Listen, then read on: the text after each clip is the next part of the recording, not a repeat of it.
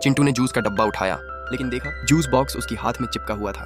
दाएं हाथ से मदद करनी चाहिए, लेकिन वो बाएं हाथ पर चिपका था। उसने जैसे ही कांच का गिलास उठाया, वो चकनाचूर हो गया। स्कूल में जहाँ किताबें पढ़ने के लिए होती हैं, चिंटू उन्हें खाने के लिए इस्तेमाल करता था। और सबसे अजीब बात, वो एक बार टॉयलेट जाए तो 2 बैग्स में बदल देता है। वो एक हाथ से कार पलट सकता है। चिंटू छोटा है और अक्सर स्कूल में सब उसे नीचा दिखाते हैं। क्लास फोटो में तो उसका सिर तक नहीं दिखता, लेकिन अंदर से वो एक सच्चा मैनविनी है। उसका सपना है एक दिन सुपर हीरो बनकर दुनिया को बचाए। एक दिन स्कूल के बाद चिंटू छत पर बैठा जिंदगी के बारे में सोच रहा था। तभी उसने देखा कि 2 लड़के उसके क्लासमेट को परेशान कर रहे हैं। उसी वक्त एक सेब उड़ता हुआ चिंटू के सिर को मिस कर गया। दोनों लड़कों ने उसे देख लिया और उसके पीछे दौड़े। चिंटू भागते भागते एक गार्डन में छुप गया, लेकिन तभी एक चींटी उसकी गर्दन पर चढ़ गई और काट लिया। वो वहीं अंधेरे में बेहोश हो गया। जब उठा, रात हो चुकी थी। घबराया हुआ घर आया और सीधे बिस्तर पर गिरकर सो गया। अब उसके अंदर चींटी का डीएनए धीरे धीरे उसकी कोशिकाओं को बदल रहा था। रात के बीच में चिंटू जागा, फ्रिज से केक और मिठाई निकाली और नहा लिया। अगली सुबह कमरा एकदम बिखरा हुआ था।